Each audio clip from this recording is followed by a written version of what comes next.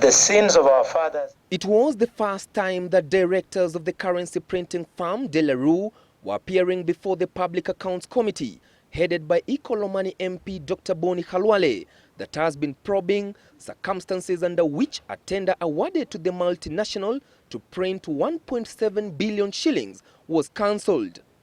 During the probe, it emerged that the British company was ready to close shop if the government failed to sign a 10-year currency printing contract with it. Earlier on, you told us that you are happy, you have no intentions of exiting Kenya.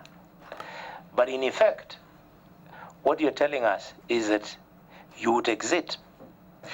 Technically speaking, yes. As the joint venture agreement is currently constituted, if there is no long-term agreement with the central bank and the joint venture, then the joint venture agreement will not proceed to completion. So that's fact.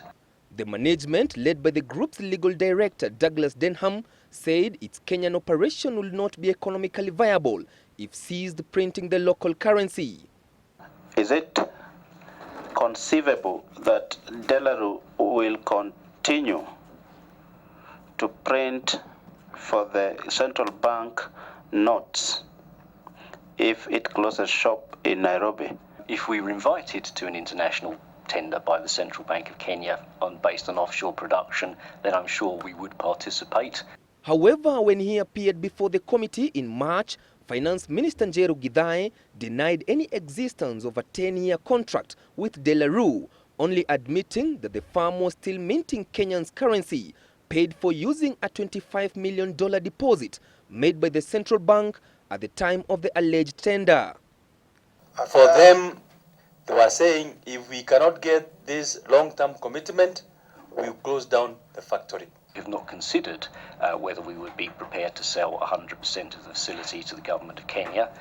It may be that we would decide that we didn't want to do that. According to the Dela Rue team, the international tender would have been 3 times cheaper if it had been allowed to proceed, arguing that the cost reduction had been influenced by the changes in design and size of banknotes and the fact that the printing was to be done offshore. Meanwhile, the committee directed that former Central Bank of Kenya Governor Dr. Andrew Mulei and former CBK Legal Secretary John Macharia Gikonyo, who retired in 2008, be issued with legal summons after they failed to appear before the committee.